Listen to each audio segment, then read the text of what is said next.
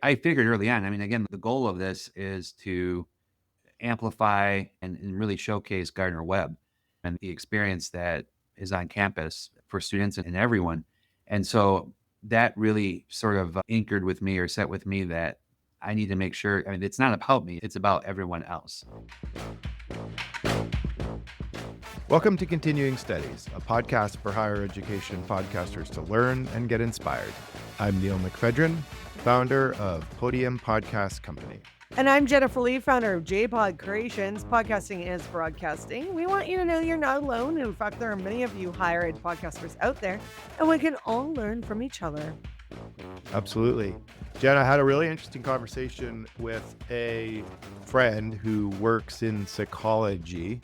And I was telling him about higher ed pods, and he was like, oh, that's cool. So can I go on there and search and see other psychology podcasts? I'm like, oh, yeah, yep, we sort it that way. And then he's like, well, what about by a topic? I'm really interested lately in this certain topic. Something This nerdy? Okay. research nerdy thing within psychology, which is not my field of expertise. So that's this next thing that we're doing with higher ed pods, where someone like him, who is not necessarily in higher education, but is looking for academic, in this case, research focused topics, to be able to find podcast episodes. And he commutes an hour every day. For him, podcasting is such an important part of his learning and everything. So anyway, this is our next thing that we are tackling with higher ed pods, which is functionality to query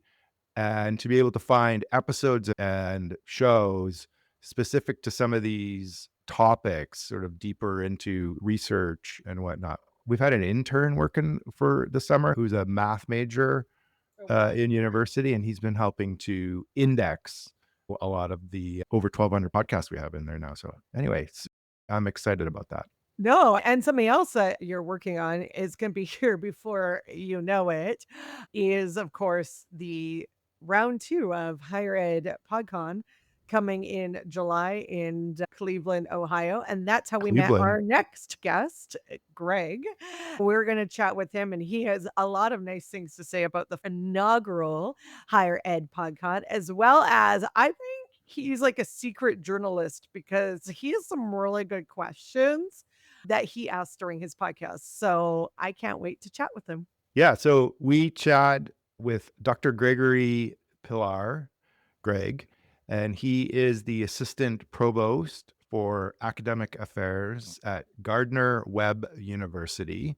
And he launched the Bulldog Mindset, which is their main podcast. He is the host and was part of the team that founded the Bulldog Mindset last year. They've just finished their first season, so they're into their second season of the Bulldog Mindset. And we jumped into a really interesting conversation with Greg about podcasting overall in academia, but really his experience in being part of year one and jumping into year two now of the Bulldog Mindset. So why don't we just jump into it, Jen? Yeah, let's get started.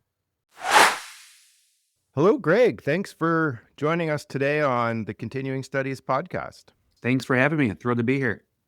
Yeah, Greg is another person that we decided to ambush in Chicago when we were doing the higher education PodCon. Actually, I think Greg was at my table, which I have to say, this whole networking thing that our Greg, that you've heard on the podcast before, said everybody sit down at a table. It was kind of like speed dating. And then I met Greg and a whole bunch of other people, and I was like, come on our podcast.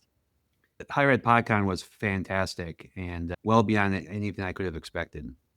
Oh, I love it. The speed dating thing was super interesting, actually. What did you guys, because the two of you ended up at the same table. That was an experiment we did. We had like a slot for networking, and Greg took control there and kind of forced people together. I thought it was kind of interesting. What did you two think? I loved it. I mean, although I'm an ambivert, so not quite extrovert, not really an introvert, though at times perhaps more an introvert. It was a great way to just naturally have some conversations and get to know folks in podcasting. Although I've been in higher ed, podcasting is sort of a new thing for me. So that was meant a lot of people through that.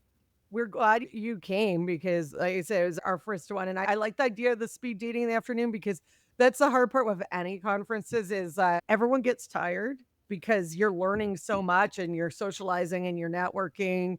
And of course, we have many different people. We have ambiverts, we have extroverts, we have introverts. And so I thought it was a really nice touch to be like, actually, let's everybody sit down and just like chat for a bit before we went into more sessions. So I thought that was a great thing. Great. So, Greg, the Bulldog Mindset, the main podcast that is basically your podcast, you're the host of, etc. You've been part of a few other podcasts. Actually, you recorded something live at PodCon, but let's come back to that. But I'd love to dig into the Bulldog Mindset as you've just, if I have it right, you've just finished your first season. And with this new school year, you're kicking into your second season for the podcast. Yeah. So I guess the place to start was the spark for the podcast, the Bulldog Mindset, came from our marketing and communication folks. They had heard that I had been on a podcast. I believe it was an episode of Accreditation Insights. And they came to me with an idea, or really just to see if I was interested. They've been wanting to do, they have a podcast network here at Gardner Webb, but they've been looking for one that was sort of focused on the academic culture, the vibrancy of academics on campus. And they reached out to me saying, "Hey, would you be interested?" And I've fairly new to the institution, arrived here in January of this year. I'm someone that's always up for a good idea and see where it can take us. So I was all in and working with them. We developed the Bulldog Mindset with the focus of trying to capture the voices, the academic experience at Gardner Webb. We launched it in March. We rolled out our 15th episode. We're in season 2. I think we have about 12 episodes of season 1. We've recorded a few more. So yeah, things are off to a great start. The name Bulldog comes from Gardner Webb is known as the Running Bulldogs, and that is our mascot as well. Bo, the Bulldog, is our mascot. Bulldog. I like that. And the Bulldog Mindset is one of several podcasts within the network. Within the episode, we do have a couple of special segments that we'll do. And as we've gone into season 2, we're trying to incorporate more student voices. Season 1 was dominated by faculty and staff with some students. And so we have some special segments. Like the one I particularly right now I'm really enthusiastic about is with students. It's called What's in Your Backpack, where we ask them either metaphorically or physically, what is a go-to item that you have in your backpack? And I love hearing their perspective and responses to that question. Greg, who's the audience for the Bulldog Mindset? Obviously, students is part of it, but I would imagine it's got a bit of a wider aperture beyond just students. Is that correct? It does. Yeah. I mean, the audience encompasses, I would say, the Gardner Webb community. So, and I say that both in terms of faculty, students, staff on campus, but also some of the early feedback I've received. We have folks from Boiling Springs, North Carolina, about an hour west of Charlotte, North Carolina. So some folks in the community have picked up on it, which is awesome. But also it is intended for prospective parents, students who might be considering Gardner Webb and come across it. We try to make the episodes such that, they can definitely, if they were to listen to any one episode at any one time or even a little bit of it, hopefully we can hook them in to listen to the full episode, but to come away capturing a little bit about what academic life and what just the experience is like at Gardner Webb. Your questions, I have to say, the fact that you really want to connect with the student and say, what is in your backpack? What is your favorite answer that you've had so far? So early in the season, but 2 favorite answers. One was metaphorical, one was more physical. The metaphorical one was, and so it goes, is what the student said as a mindset that they have, just to keep plugging along. And that came from a student who, although upperclassman, still came across much wiser beyond his years in school. Physical item that someone pointed out in their pack was Aquaphor, sort of like a cream that some folks use either as moisturizing or instead of Neosporin. Yeah. It was unexpected. I just didn't expect that to be Just in case something happens. the go-to item. Yeah, All relatable to the target audience that you want to talk to. absolutely. So Jen and I have been doing this podcast for a little over 2 years now. It's just so fascinating to the evolution of podcasting, just even in, let's just say, in the last 2 to 3 years, just becoming such an important communication tool that just this little conversation we had about what's in your backpack is like such a It's a deep conversation. yeah, exactly. That's what I was kind of thinking. Podcasting affords you the ability to do that. you can ask that question. Let's, without getting into the video, but if you stuck a camera in front of someone, it might be a different kind of experience to sort of answer some of that stuff, but you can do a little bit more Yeah. without it. Sort of curious your thoughts on that as in sort of maybe other learnings out of coming out of year one, season one. Yeah, well, one of the things that I do in preparation for each episode is depending upon how well I know the student or staff or faculty member, I get some background information about them and I prepare a guest guide. And Mm, so the goal is not, I don't want it to be prescriptive. I don't want it to be as if like we're reading things back and forth, but I also don't want them to feel like they're caught off guard or like it's a gotcha. right. And so surprisingly, even though for the students, the guest guide, I do mention a couple of the questions that I always want to make sure I ask. Like that's sort of the exception. The way I sort of try to pepper it though into the episode is, we may be talking about something a bit more light or something like that. And then not that it's overly deep by any means, but it is to your point, to what both of you have mentioned, it's a little bit of a deeper kind of question. And asking that question right after asking something that was a little bit lighter, it's a combination of where, at a moment they're put a little bit on the spot, but I think you sort of capture just what comes right to their mind. Mhm. And I've really enjoyed seeing their thought process as they're thinking about their answer.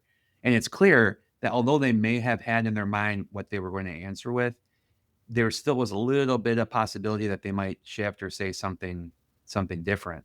Another question that I asked near the end of the podcast with them is what do they hope to leave the next Bulldog, the next Ooh. student? And that too is one that I've had a couple students when I asked that, they paused for a bit and they're like, oh, good one, as if they had no idea that was coming. And recognizing that not, just like students don't necessarily always read the syllabus, they're not going to necessarily read the guest guide before we actually do the record. I sort of point those questions out again to them. So, it's really been a learning experience going through season one and early stages of season two that I feel like I'm learning by the minute as I go through this Mm. experience. I just want you to touch a little bit more on that question. Do you have some examples that you can share of what they would leave the next Bulldog? Because I think that's just so powerful. Yeah. So far, in most of their answers, I think where they're coming from is, they're either part of a club, a group. One student is a pre-med student. So he's part of a group of students who go through specialized pre-med advising to prepare for applying. I say pre-med, it's really pre-health because it could be med school, pharmacy school, vet school, and things like that. Mm. And it's clear that, whether it's something like that or they're a residence assistant in the res halls, they definitely want to impart on their fellow students, especially the underclassmen, genuine lessons that they've learned and what they've taken away. Whether it's a case of like, don't wait till the last minute to complete this particular type of an assignment in this class or do certain steps like going to the career center, like don't wait until your senior year, junior year, start doing that your freshman year, sophomore year. What I take away from their answer is that they genuinely want to share something that they didn't expect to learn or they have learned and they now want future students to benefit from that. Well, your questions are all powerful, Greg. Like I've been interviewing people for the last 20 years on radio and on podcasts, and it's taken me a long time to get there, but you're so new at this. And how are you drawing inspiration for these great questions? Are they just Yeah. coming to your mind? Do you have a secret background as a journalist? One of the things that I've done is listen to a lot of podcasts. And I think it only amplified after I started this podcast because now I had a little bit more of a focus and intent. Like, okay, not only am I listening for the guest, but I'm trying to tune into the host and how they're approaching Mhm. asking questions and how they respond to the answers and what I can pull away from that. So, I mean, some of these questions, although they're not like verbatim like that, but I've picked up bits and pieces from other folks out there. Actually, one that I'll give credit to Joe Salucio, from the EdUp experience on, is I believe at the end of many of his podcasts, they'll give the mic to the guest, any final words, final thoughts, anything we didn't get to or something along those lines. And so equally with faculty and staff I have on the podcast, but also with students, I'll ask a version of that question as the very last one. And sometimes there can be some great things that come from there that maybe I missed and they really wanted to say. In one case, it even led to a student. I have one student who's been on twice already.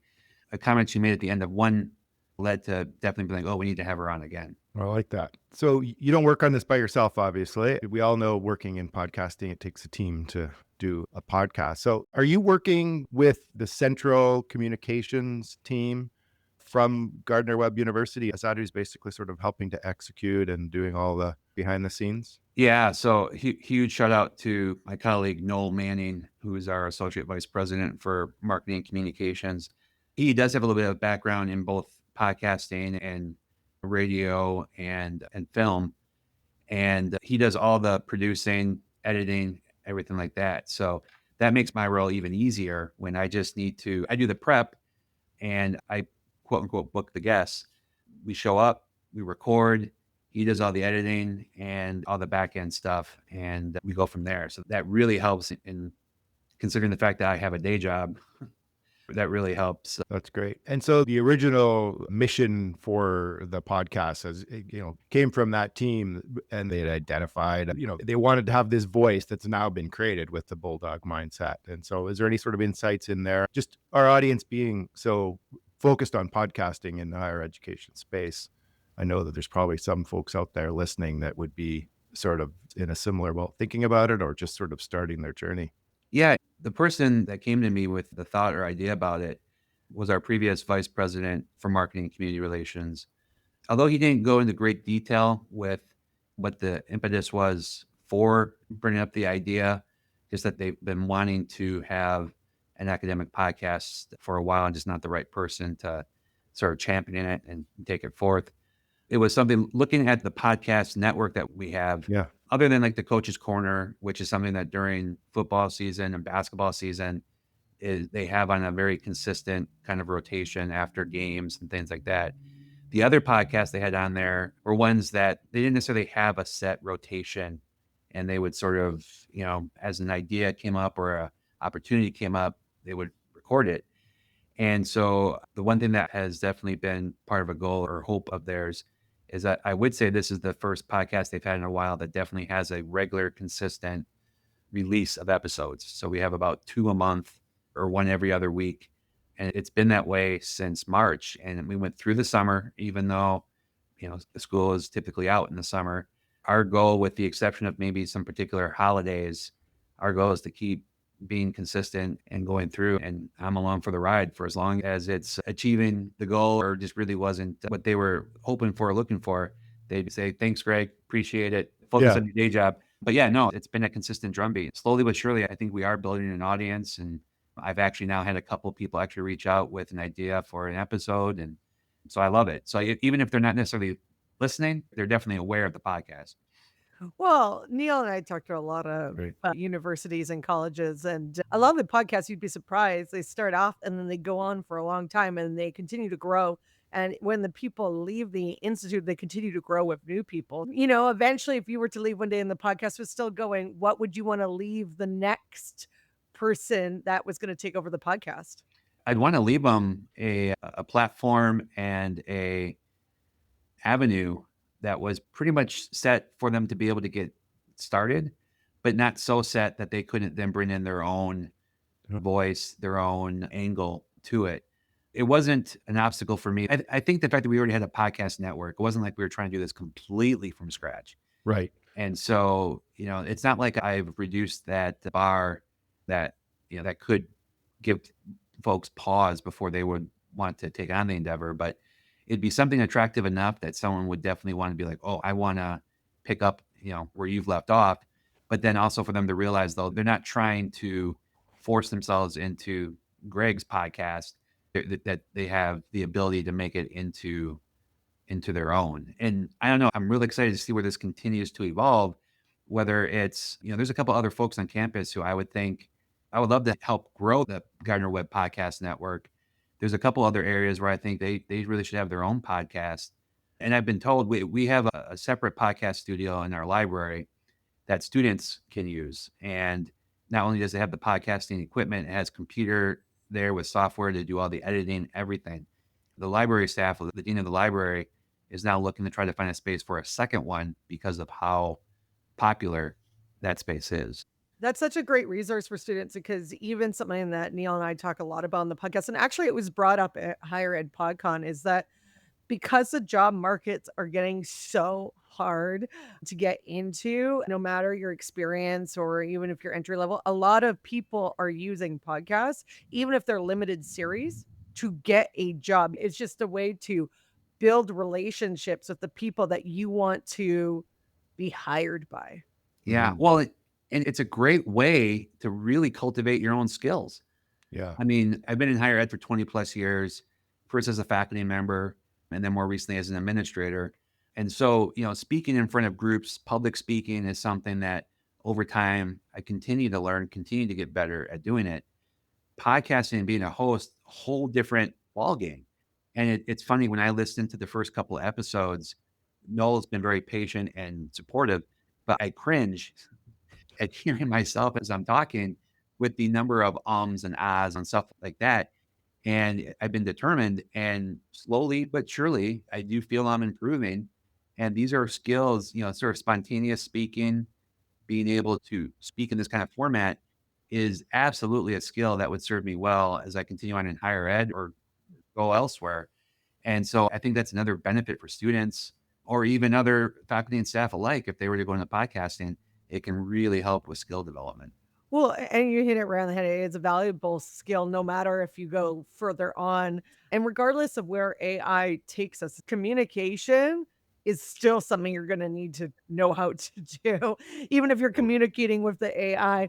And that is a skill that we're learning. So I always tell people crack on a mic, even if you never air it, it just helps you get better. Absolutely.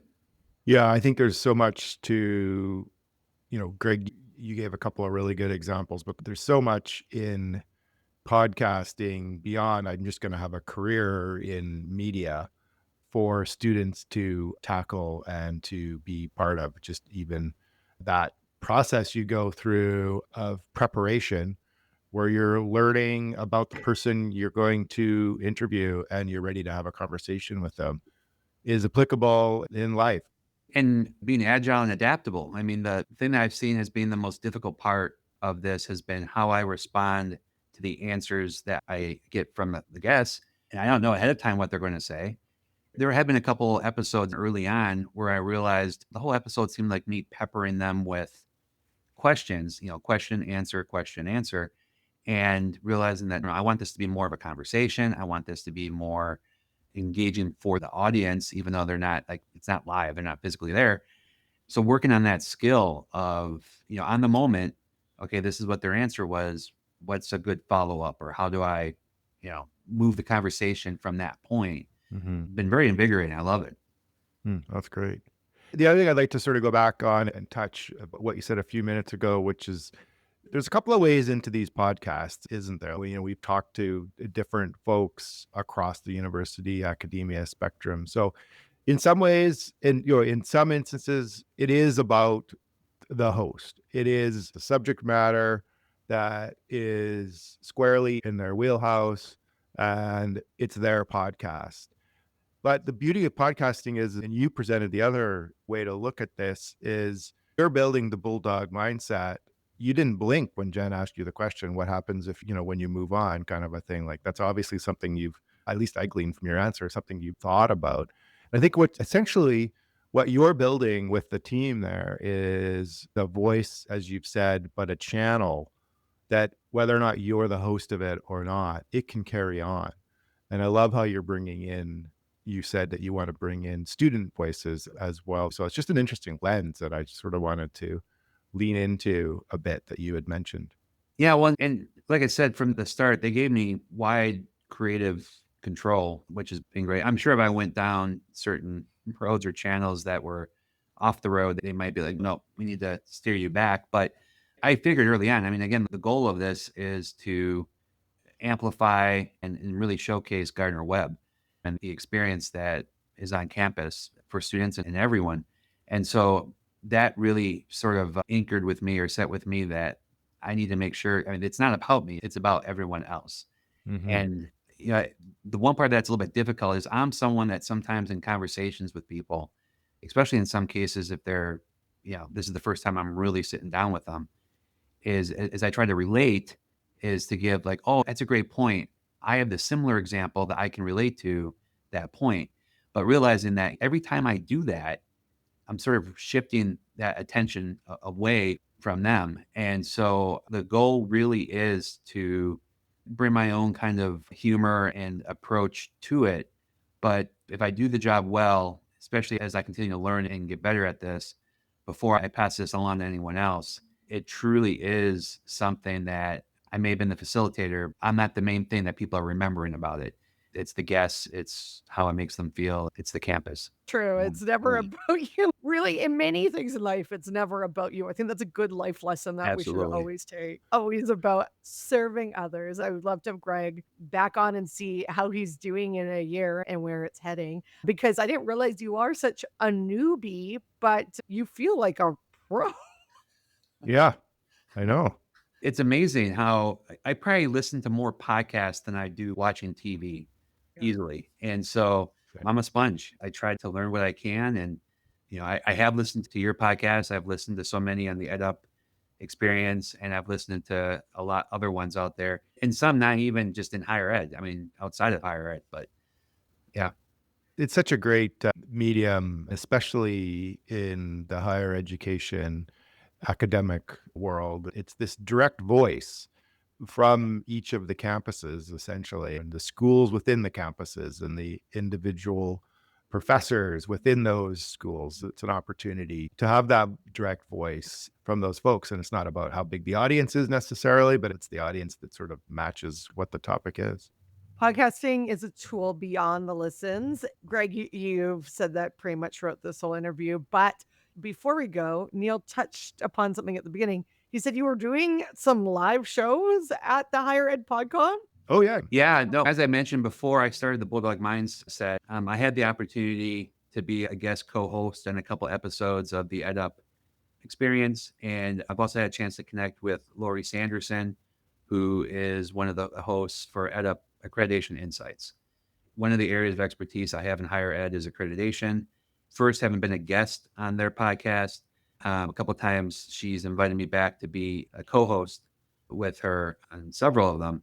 And so, yeah, at Higher Ed PodCon, that was the first time I got to meet her in person, which was phenomenal. But then since they had podcasting set up, we decided to jump on and we recorded a short 15, 20-minute episode of Accreditation Insights. So that was true improv podcasting right there.